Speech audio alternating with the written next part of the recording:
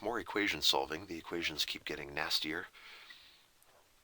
This is not a quadratic. It has 4 terms, so that's going to be interesting in a little bit. But as always, our first point of interest is, does this have any common factors that we could be taking out? For the coefficients, I see 1, 7, 16, and 12, which doesn't give me a lot of hope. 7 is prime, and 7 doesn't go into these other two. But for powers of x, there's something. All of these terms contain x at least, and so we can pull out the lowest power of x. The lowest power of x, because these are in descending order, is actually this, minus 3 over 2. We can factor out x to the minus 3 over 2. And let's see what that leaves us with. So if you're dividing by x to the minus 3 over 2, that's equivalent to multiplying by x to the 3 over 2. All of these powers are going to go up by 3 over 2. So the first one becomes x to the 6 over 2. Yes, I know that reduces. I'll reduce it in the next step. Then we get plus 7x to the 4 over 2. Plus 16x to the 2 over 2. Plus 12x to the 0. That means there aren't any x's in that term, so I'm just going to leave the x out of that. And all this equals 0. We'll come back around to that later. Okay, so let's clean up those exponents. In this case, they all clean up rather nicely. We get x cubed plus 7x squared plus 16x plus 12, all equaling 0. All right, so not a quadratic. That takes a lot of the tools out of our hands, but the next thing that we could try, because this contains an even number of terms, is factoring by grouping. The relationship of these coefficients, though, makes me think that's not going to help either. We have x and 7, or sorry, coefficients of 1 and 7 here, and then coefficients of 16 and 12. There's really nothing I can factor out that's going to give me a common factor from those.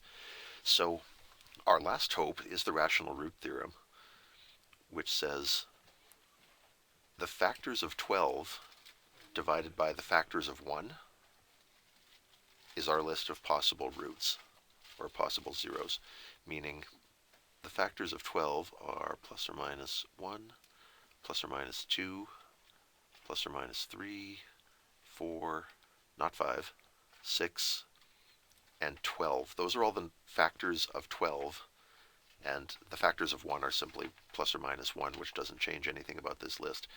In theory, we could take each of these numbers and trial and error our way through it and see if there are any zeros for this equation in among this list.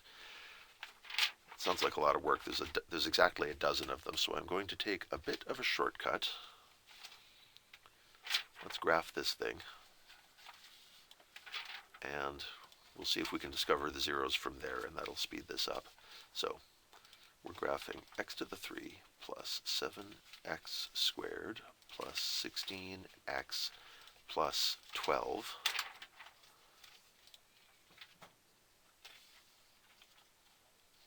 It's a cubic, so it has to have at least one zero, and clearly they all look like they're clustered in this little neighborhood. Let's take a closer look at that. That's somewhere like minus 4 to 0.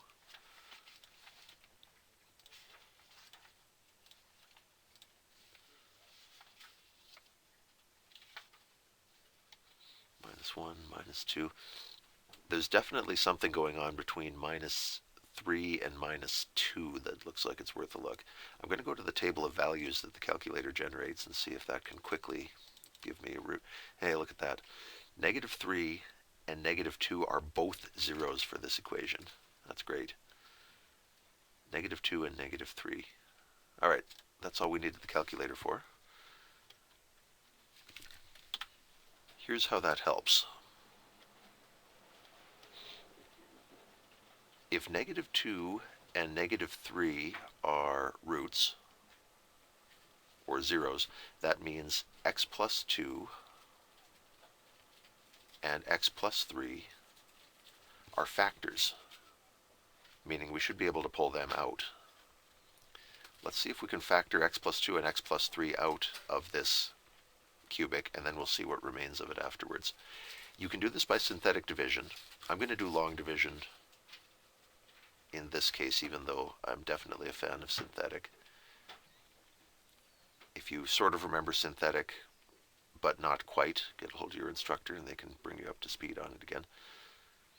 In this case, I'm dividing an x plus 2 out of here. So x goes into x cubed, x squared times x times x squared times 2 is 2x squared. Subtract, the x cubes are gone. 7x squared minus 2x squared is 5x squared. Start again. X goes into 5x squared, 5x times.